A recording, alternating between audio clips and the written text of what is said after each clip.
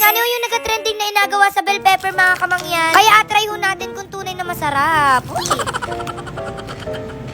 So ayan, bale okay na nga yung mga kailangan mga kamangyan, yung takis, bell pepper at saka cream cheese. Pero bago tayo kumain mga kamangyan, syempre magalagay muna ulit ako ng lip tint. Bale areho yung magic spill of lip tint ng Skin Magical mga kamangyan. Layer lang yun sa labi. Mas marami, mas okay, siguro mga 5 layer. Kasi kapag manipis, mahirap siya tuklapin. At no okay na nga yung mga kamangyan, ayan nga at tinanggal ko na. At yung pinakamaiiwan diyan na stain, yung magatagal diyan sa labi ko. Tapos ayan, tinanggal ko lang mo pala yung nasa loob ng bell pepper mga kamangyan. Saka ako na ho nilagyan ng cream cheese. Tapos syempre yung takis. Tapos ayan, pwede na rin kainin mga kamangyan at grabe. Totoo yung chismis, napakasarap talaga na rin mga kamangyan. Hindi ko ma-explain yung lasa. Grabe, napaka-arte. Sobrang trending kasi talaga nito mga kamangyan. Ang dami nagsasabi na lasang pizza. Sa akin hindi ko ma-explain yung lasa pero masarap talaga siya. Hindi mo sobrang malalasahan yung bell pepper. So masarap talaga siyang ngut-ngutin. Plus sobrang lutong pa niya mga kamangyan kaya talagang nakaka-addict. Ay, sana all. And baka natatakot din kayo mga kamangyan kung sobrang anghang na rin. Nawala yung anghang ng bell pepper siguro dahil doon sa cream cheese. Tapos medyo maasim-asim dahil doon sa takis. Basta nagalaban-laban yung lasa niya. Wow, akala mo naman talaga. Habang nakain ako diyan mga kamangyan, talaga namang laban na laban ang labi. Kaya perfect na perfect talaga to kung ayaw nyo maglagay ng lip tint. Perfect kapag may event ka, kikipag-date, magamukbang. Basta super ganda talaga na rin mga kamangyan. Kaya kung hindi nyo pa ho natatry na ko, ay itry nyo na rin ho. For the go!